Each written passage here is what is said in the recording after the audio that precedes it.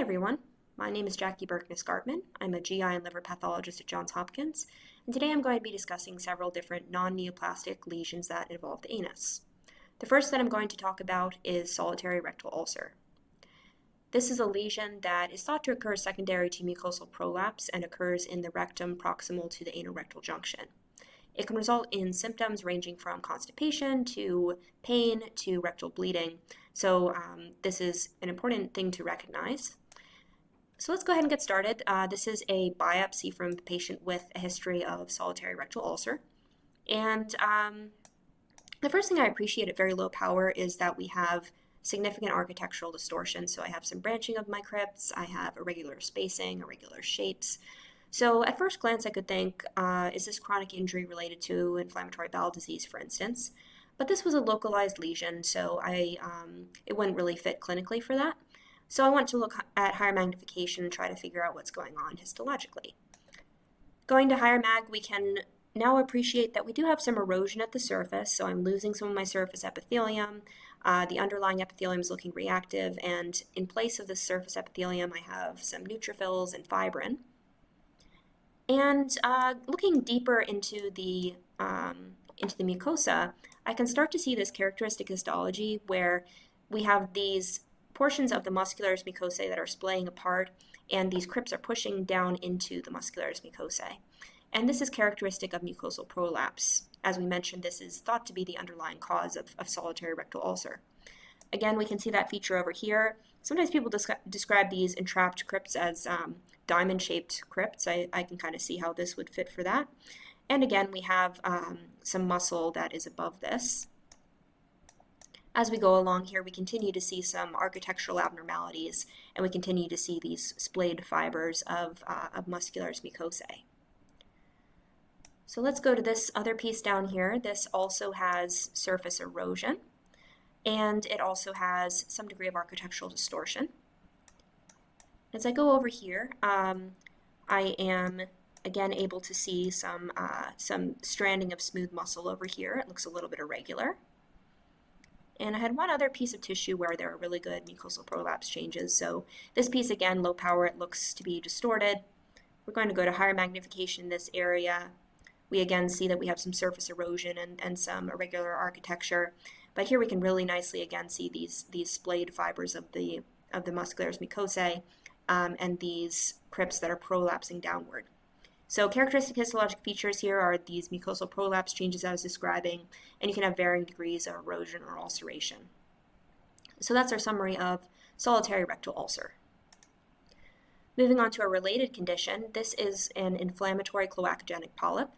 These will arise at the junction between the rectal type mucosa and the squamous mucosa in the anus, and these will form polypoid lesions.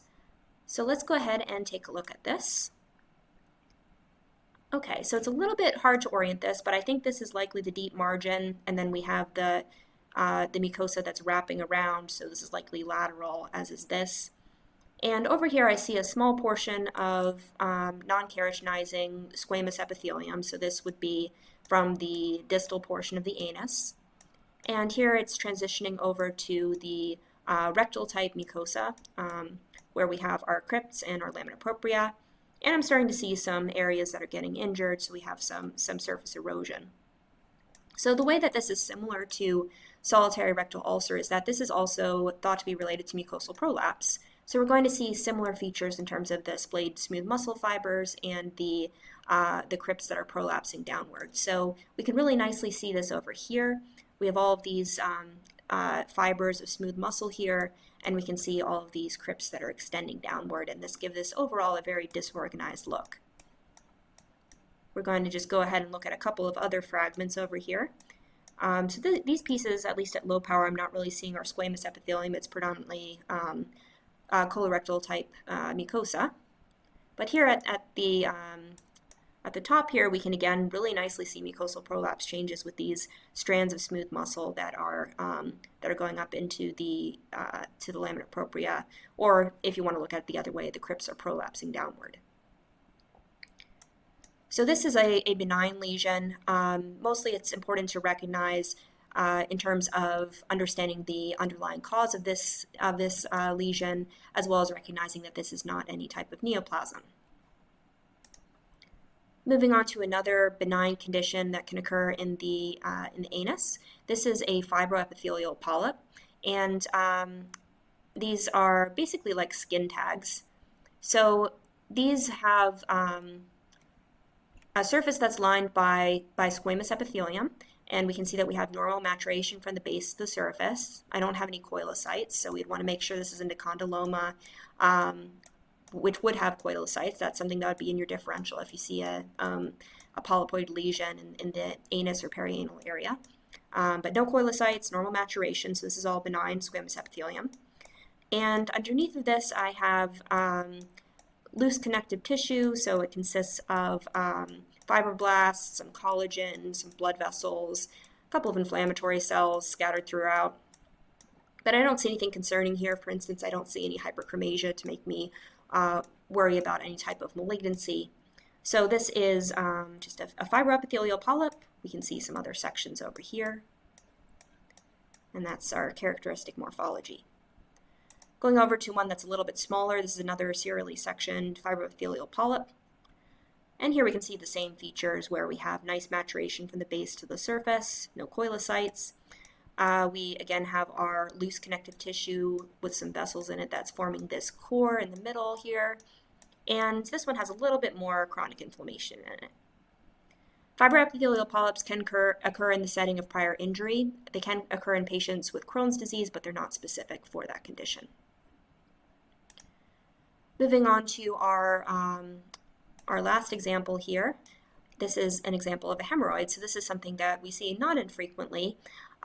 So here it looks like we're located at the junction between the rectal mucosa and the stratified squamous mucosa, so we're in the anus.